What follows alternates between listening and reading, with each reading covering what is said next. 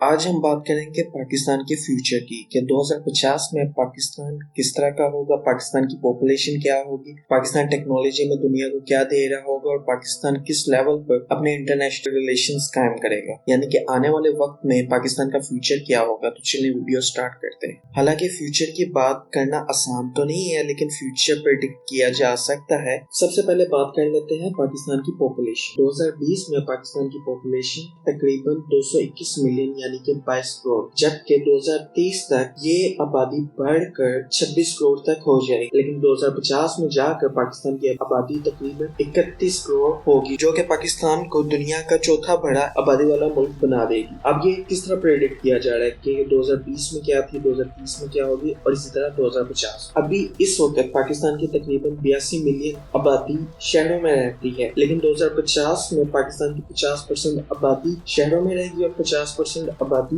دیہاتوں میں، یعنی کہ تقریباً 16 کروڑ کے قریب آبادی شہروں میں ہوگی 2050 میں، لیکن اس وقت تقریباً 8 کروڑ کے قریب آبادی پاکستان شہروں میں آباد ہے۔ پاکستان کے سب سے بڑے شہر کراچی، لاہور، فیصل آباد وغیرہ ہیں آبادی کے لحاظ سے، کیونکہ سب سے پہلے کراچی آتا ہے، پھر لاہور اور پھر فیصل آباد۔ تو اس وقت بھی پاکستان کے سب سے بڑے شہر کراچی، لاہور اور فیصل آباد ہی ہوں گے۔ آبادی کے لحاظ سے پاکستان کے فیوچر میں ان کے علاوہ کوئی بڑا شہر نظر نہیں آ رہا، کیونکہ شہر آباد کرنا کوئی آسان طریقہ نہیں ہے۔ حالانکہ پاکستان نئے شہر بنا رہا ہے، جیسا کہ راوی سٹی اور گوادر اور اس طرح کے بھی شہر پاکستان بنا رہا ہے، لیکن کروڑوں کی تعداد میں ایک جگہ عوام کو آباد کرنا یہ آسان نہیں ہے۔ اب بات کر لیتے ہیں اکنامک ڈیولپمنٹ۔ 2050 تک چائنا یو ایس کو اوورٹیک کر لے گا اور دنیا کی سب سے بڑی اکانومی بن جائے گا، اور کچھ رپورٹوں کے تحت پاکستان بھی دنیا کی 20 بڑی اکانومی میں شامل ہو جائے گا 2050 تک، اور کہیں تک رپورٹوں میں یہ بھی کہا جاتا ہے کہ 2075 تک پاکستان 6 لارجسٹ اکانومی ہوگا، اور اس کے ساتھ والے ملک جو ان سے دنیا کی سب سے بڑی اکانومی ہوں گے ان میں چائنا،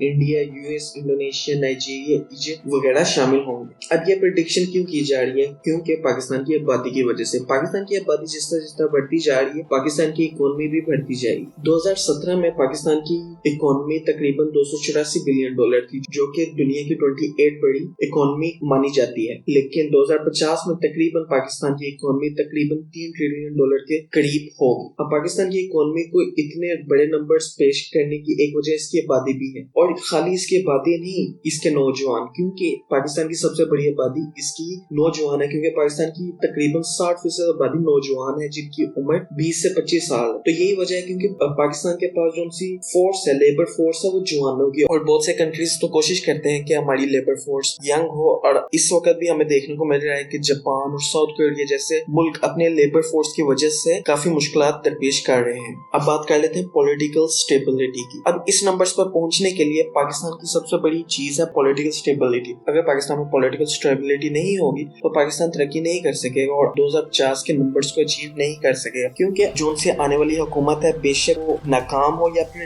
کام کرے، لیکن اگر جمہوری نظام قائم رہے گا اور جو بھی حکومت میں آتا ہے وہ اپنا مدت پوری کرتا ہے اور پھر صحیح طریقے سے اگلے آنے والوں کو اپنی حکومت دیتا ہے، تو اس سے یہ فائدہ ہوتا ہے کہ لوگ ہمیشہ کام کرتے رہتے ہیں۔ یہ علیحدہ بات ہے کہ کسی سال ہماری ترقی زیادہ ہوگی، کسی سال ترقی ہماری کم ہوگی، لیکن ایک فائدہ یہ ہوگا پاکستان ترقی کر رہا ہوگا۔ اگر پولیٹیکل سٹیبلٹی نہیں ہوتی تو ترقی ملک کی رک جاتی ہے، لوگ جلسے وغیرہ یعنی کہ انتشار وغیرہ کی طرف چلے جاتے ہیں، ایک دوسرے میں لڑنے کی کوشش کرتے ہیں، لیکن اس سے نقصان کیا ہوتا ہے کہ پاکستان کی ترقی رک جاتی ہے، وہیں پہ رہتی ہے یا پھر نیچے کی طرف آنا شروع ہو جاتی ہے۔ تو اہم رول یہ ہے کہ اگر پولیٹیکل سٹیبلٹی رہے گی تو پاکستان آنے والے وقتوں میں ایک بڑی اکانومی اور ایک بڑی ملٹری پاور ہوگا۔ اب بات کر لیتے ہیں ٹیکنالوجی اور انوویشن۔ سب کو پتا ہے کہ دنیا میں ترقی کرنے کے لیے ٹیکنالوجی کی میدان میں بہت آگے جانا ہوتا ہے، خالی ٹیکنالوجی کی نہیں، انوویشن بھی۔ انوویشن ایک اہم طریقہ ہے، یعنی کہ اگر پاکستان نے ترقی کرنی ہے، پاکستان کی اتنی آبادی ہے تو پاکستان کو ترقی کرنے کے لیے ساتھ میں اپنی ٹیکنالوجی میں بھی اضافہ کرنا ہو اور انوویشن میں بھی،